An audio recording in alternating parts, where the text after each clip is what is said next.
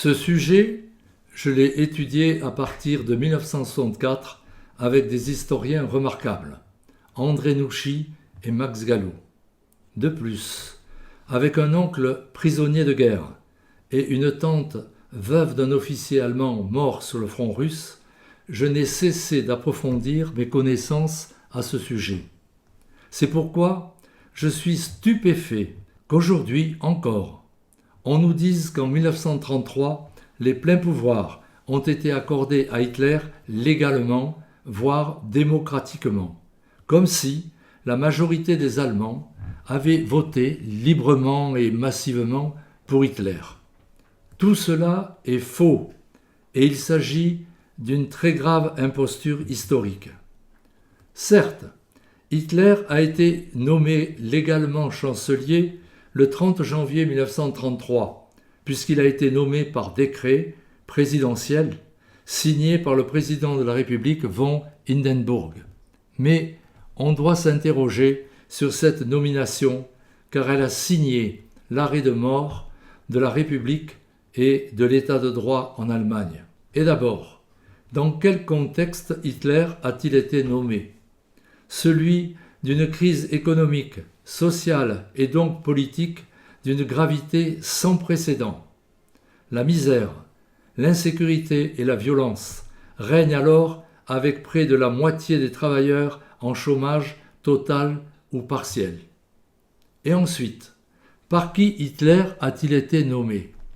Par le maréchal von Hindenburg, 84 ans, qui détient le pouvoir de gouverner et de légiférer par décret présidentiel en dehors de tout contrôle du Reichstag, la Chambre des députés, et président qui contrôle d'autant plus le chancelier Hitler que les principales décisions prises par le gouvernement sont soumises à sa signature pour être promulguées.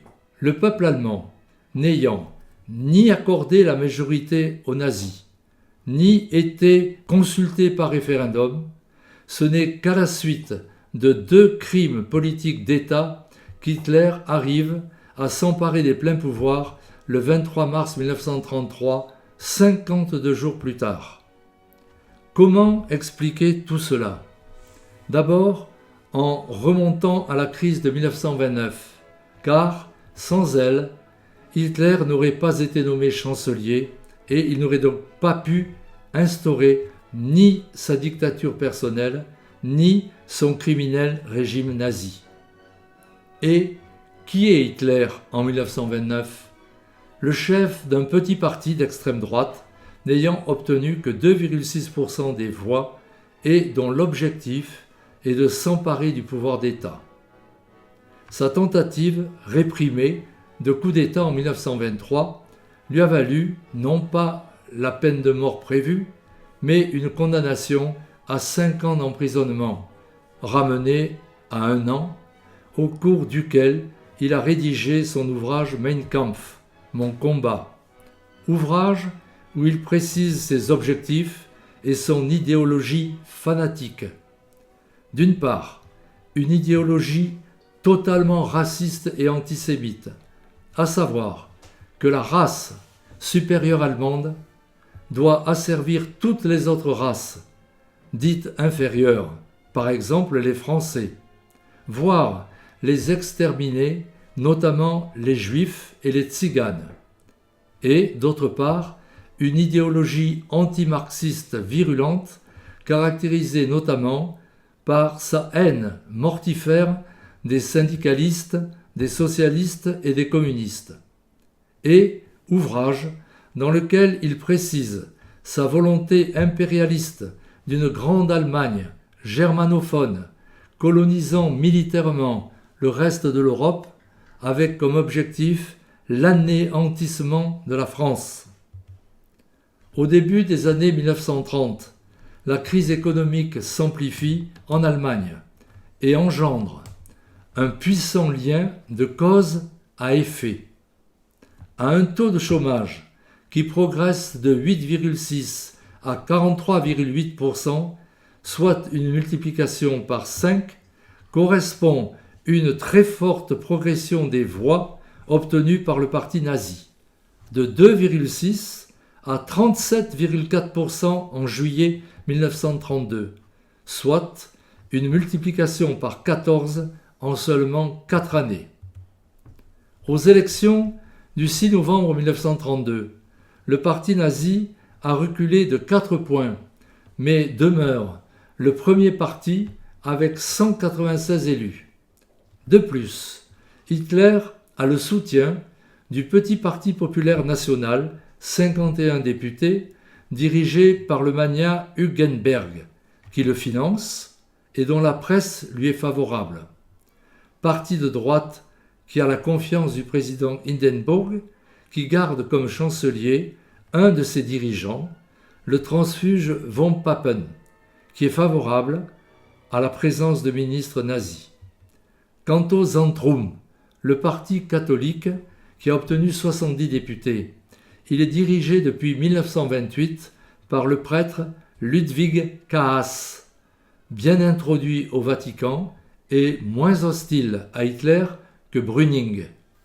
Sont hostiles à Hitler les deux partis de gauche totalement désunis depuis la période d'après-guerre, à savoir le Parti socialiste SPD aux 121 députés et le Parti communiste KPD aux 100 députés. Comptant cependant à eux deux 38% des sièges, ils interdisent à Hitler d'obtenir la majorité des 2/3 dont il a besoin pour se faire voter les pleins pouvoirs. Le président Hindenburg se refuse encore à nommer Hitler chancelier et conserve le même gouvernement minoritaire confié de fait au seul petit parti populaire national aux 51 élus. Parti dont les dirigeants, le magnat Hugenberg et le chancelier von Papen, vont favoriser la nomination d'Hitler au poste de chancelier, poste qu'Hitler exige prioritairement. Cependant, le 3 décembre 1932, le président Hindenburg change certes de chancelier, mais nomme le général Schleicher à la place du transfuge von Papen. Général Schleicher qui démissionnera peu après et, l'année suivante, Hitler le fera assassiner, lui et son épouse. Et surtout, la nomination d'Hitler au poste de chancelier a été réclamée par les plus grands magnats d'Allemagne dans une pétition, puis dans une lettre commune adressée au président Hindenburg, qui va finalement accéder à leur demande. Et c'est ainsi que, le 30 janvier 1933, le président Hindenburg nomme Hitler chancelier. Le gouvernement d'Hitler ne comprend que 10 membres, n'appartenant qu'à 2 partis. Le Parti populaire national du magnat Hugenberg, 51 députés, et le parti nazi d'Hitler, 196 députés.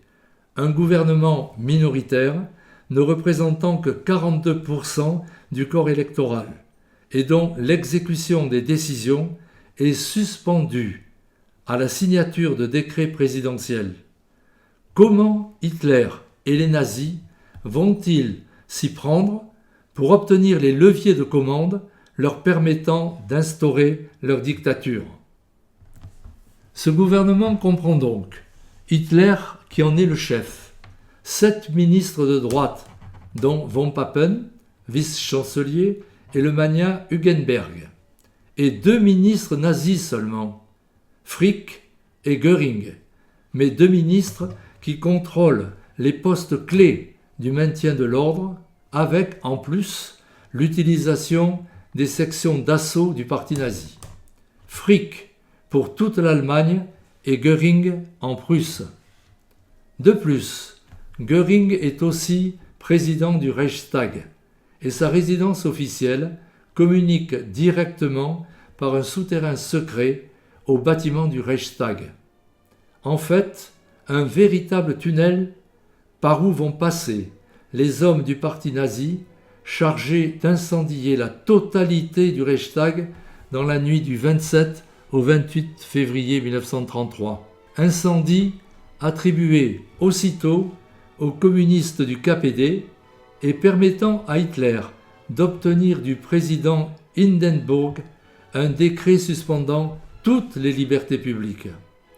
Décret autorisant donc Hitler à arrêter des centaines d'opposants politiques et de syndicalistes, et ainsi est emprisonné dès le 3 mars Ernst Thälmann, le président du KPD.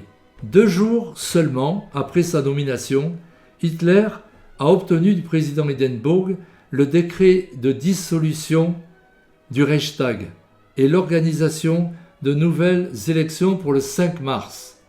Des élections encore pluralistes, mais qui, sous contrôle répressif nazi, ne sont plus des élections libres. Cependant, dans leur grande majorité, les Allemands ont résisté et, avec 43,9% des voix et 288 élus, les nazis n'obtiennent pas la majorité.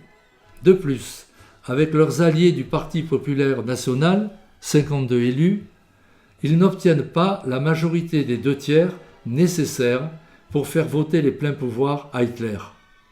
Ont obtenu le Parti socialiste 120 élus, le Parti communiste 81, le Parti centriste catholique Zentrum 74, le Parti populaire national 52 et les autres partis 32.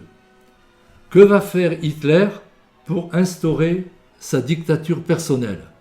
D'abord, élaborer un projet de loi dont l'article 3 est ainsi rédigé. Les lois promulguées par le gouvernement du Reich seront écrites par le chancelier et publiées dans le journal officiel du Reich. Elles prendront effet le lendemain de leur publication. Avec cet article, Hitler va concentrer la quasi-totalité des pouvoirs constitutionnels, exécutifs, législatifs et judiciaires.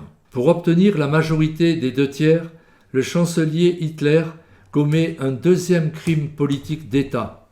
Il interdit d'une part le KPD, 12,3% des voix, et d'autre part, il emprisonne et déchoit ses 81 députés élus, en violation de leur immunité parlementaire garantie par la Constitution. Par ce deuxième crime d'État, le parti nazi d'Hitler devient ainsi majoritaire et, avec ses alliés, Hitler peut atteindre la majorité des 2/3 s'il arrive à se rallier les députés du Zentrum catholique. Et Hitler va y parvenir, en maniant intimidation, menaces, arrestations et promesses orales jamais confirmées par écrit. Ainsi, il obtient le consentement du chef du Zentrum catholique et donc le vote en sa faveur de 72 des députés catholiques. Et, le 23 mars 1933, dans une salle encerclée par ses sections d'assaut, Hitler obtient les pleins pouvoirs par 444 votes pour et 94 votes socialistes contre. Mais le peuple allemand n'a pas été consulté par référendum et, signant par là même sa propre déchéance, le président Hindenburg promulgue le projet et lui donne apparemment force de loi. Ainsi, Hitler va organiser un régime nazi à sa dévotion, un régime dictatorial, à parti unique, où tous les syndicats, ainsi que tous les autres partis sont interdits, et où sont supprimées la liberté de la presse comme toute liberté d'opinion. Dictature hitlérienne qui conserve le système économique capitaliste et qui conforte ainsi le pouvoir et les intérêts des magnats. Dictature qui militarise la société et l'économie en assurant le réarmement rapide du pays.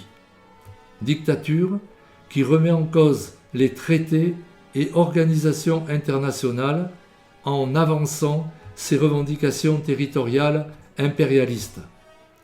Je vous remercie pour votre attention.